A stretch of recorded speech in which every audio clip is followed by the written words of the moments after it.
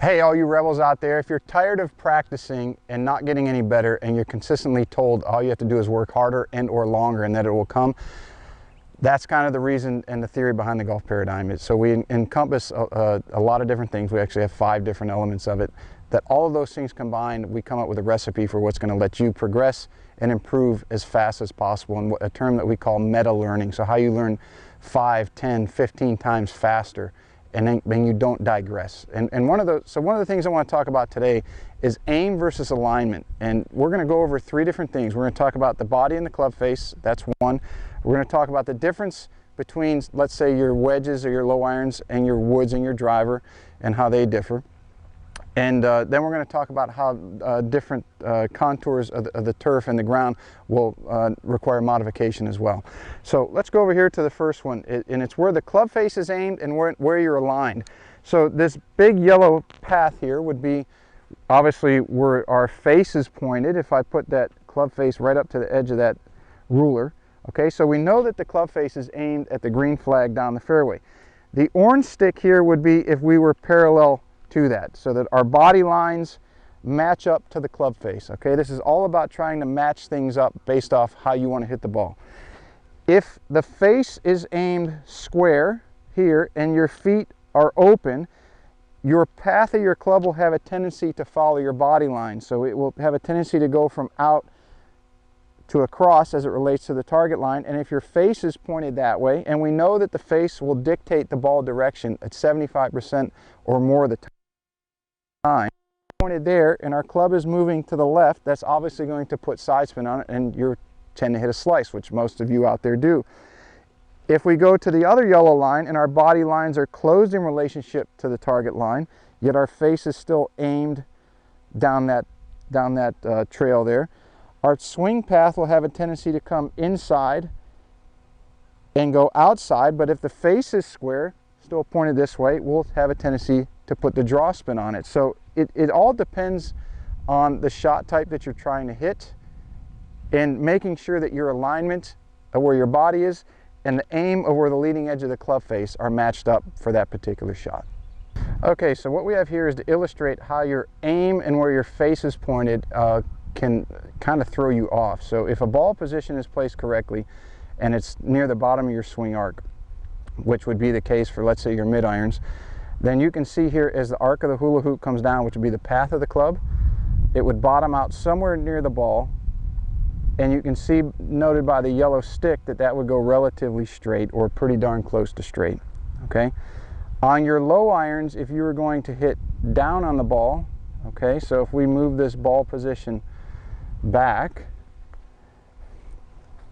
all right, so the arc of the swing is coming down into the ball, then we can see that the yellow stick is actually pointed out to the right. So again, the path of the hula hoop indicates the path of the club head, and if we're hitting the ball on a descending blow, you can see that yellow stick is aimed out to the right. So with your low irons, meaning your wedges and up 9 iron and even up to your 8 iron, you would want to aim your body lines a little bit to the left so that the path of your club would actually be going straight at your target and not out to the right. The third one is obviously if you're going to hit the ball up off a tee. So if we moved that bottom out position this way, forward in our stance, and obviously we're hitting up on the ball, okay? So you can notice from behind, if you're hitting up on the ball, that the yellow stick is actually pointed to the left. Even though our face is pointed to the target, we would have to align our body slightly out to the right if we're going to hit up on it, so that the ball is starting out straight. So hopefully this gives you a better illustration of how your alignment and where you're aimed can alter or change or be different than what you think is actually happening. Okay, so our third part of this video is the influence of uneven lies and how they affect where you're lined up versus where your face is pointed. So in this instance, we have the yellow ruler here. It's going to indicate if we want to hit the ball straight, okay? That's where the ball direction is going to go. And when you have the ball drastically above your feet, I've got a big T here taped to the face so that I can illustrate. If I put the club flush up against the back of that ruler, you can see as it lays on the ground that the tee is pointed actually to the left of where the path would be. Okay, so the ball is going to start left, even though the face is pointed perfectly straight down the path we want the ball to take. Okay, so in that instance, and we want to make sure that if the ball is above our feet, that we're going to aim a little bit over to the right so that the tee and the face would aim to the right, our body line would aim to the right, but you can see that now the tee is pointed straight down that yellow path of the direction we want the ball to go. Okay, so now we got a ball that's below our feet, and you'll notice if I put the club face flush up to the edge of the ruler so that they're perfectly square to one another, the tee on this club actually aims out to the right. Okay, so it's very easy to hit. Even with a square club face and a square alignment, you're going to hit the ball below your feet out to the right simply because the loft of the club will make the direction of the ball go that way. So if you're on the ball below your feet, you're actually going to have to aim yourself and the club face a little bit to the left in order for the ball to go straight or down the intended target line. Good.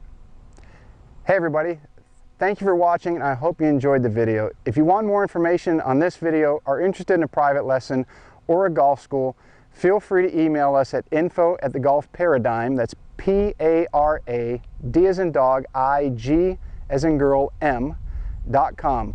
Or you can post on any of our social media, Facebook, Instagram, or Twitter. And if you want to watch more great videos, you can do, or subscribe, you can do so right here.